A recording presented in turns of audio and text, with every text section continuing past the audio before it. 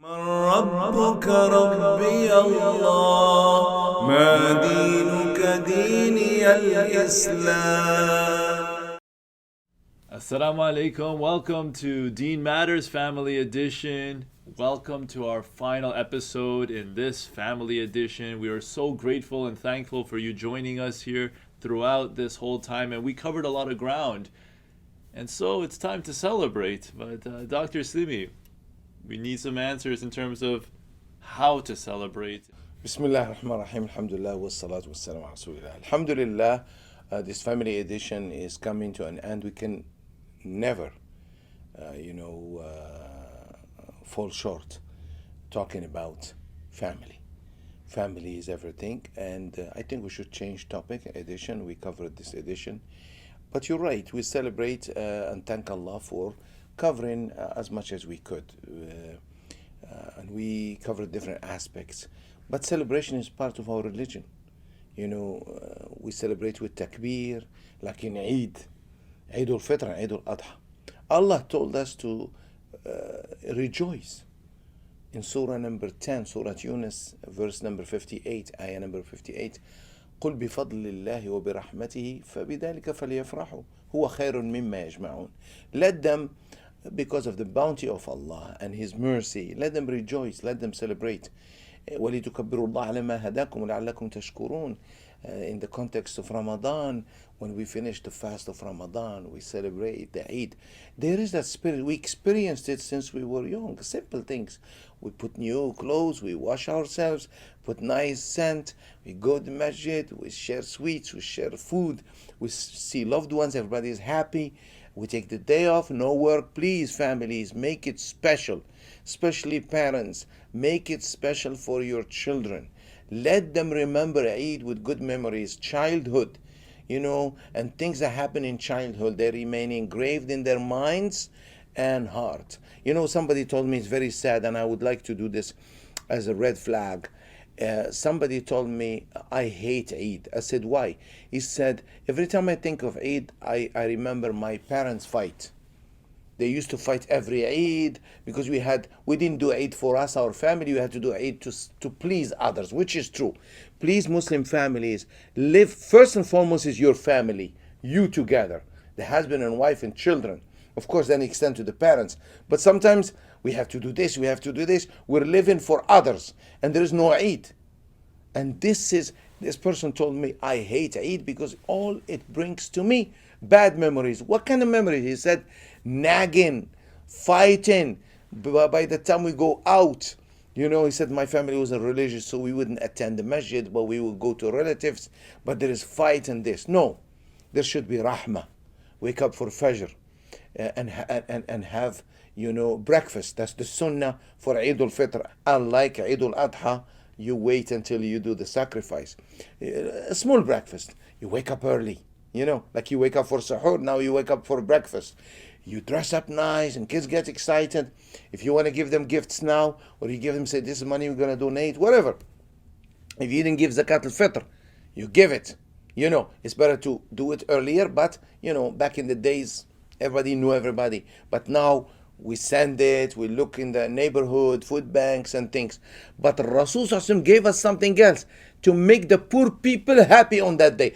At least everybody should feel happy on that day. He says, أغنوهم عن السؤال. Make sure they don't stretch their hand on that day. Give them.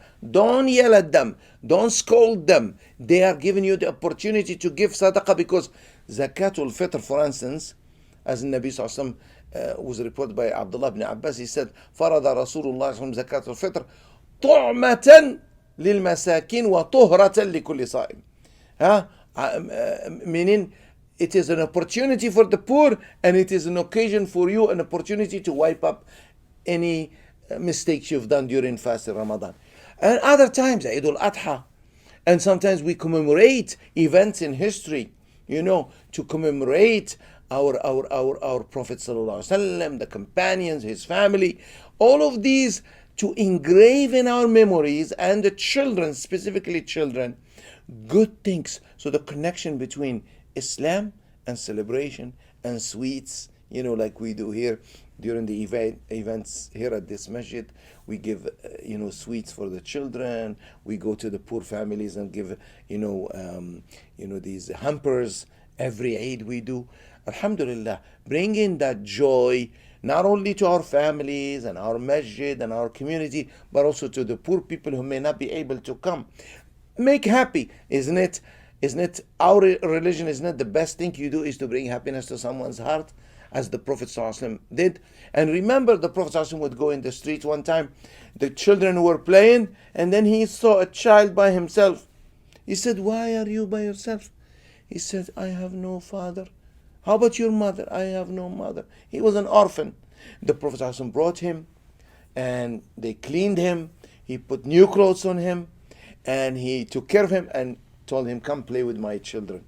And he told us, sallallahu alaihi wasallam, if you pass your hand over the orphan's head, like fathers or mothers would do, a tapping on shoulder, show of love and care, nicely, he said, for every hair you touch, there is a good deed, and every good deed is 10 times.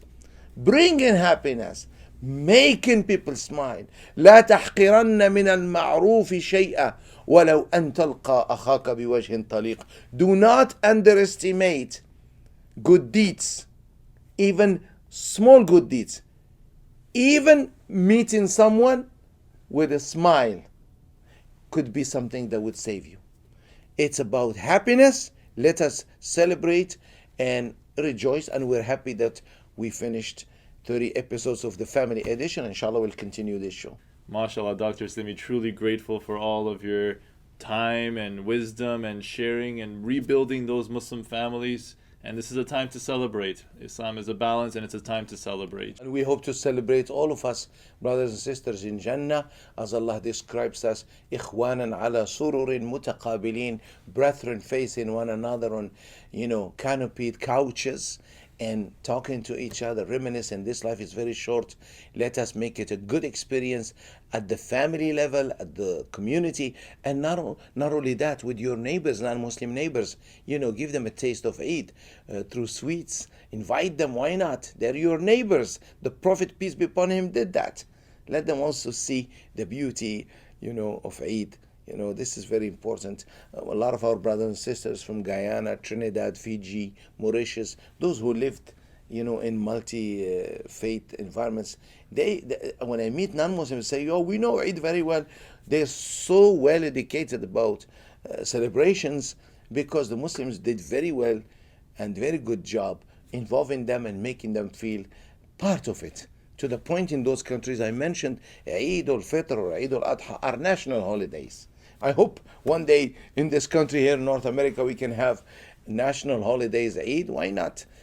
Maybe not. It depends how active we are and how convincing and how engaging we are for our fellow human beings. Even if they don't believe the same as we do, we're still human beings. That circle is enough for us to spread celebration. Thank you for joining us here on Deen Matters. Even though Family Edition is complete, the series Deen Matters is still continuing. So hit the subscribe button and stay connected. Until next time, Assalamu alaikum. Assalamu alaikum.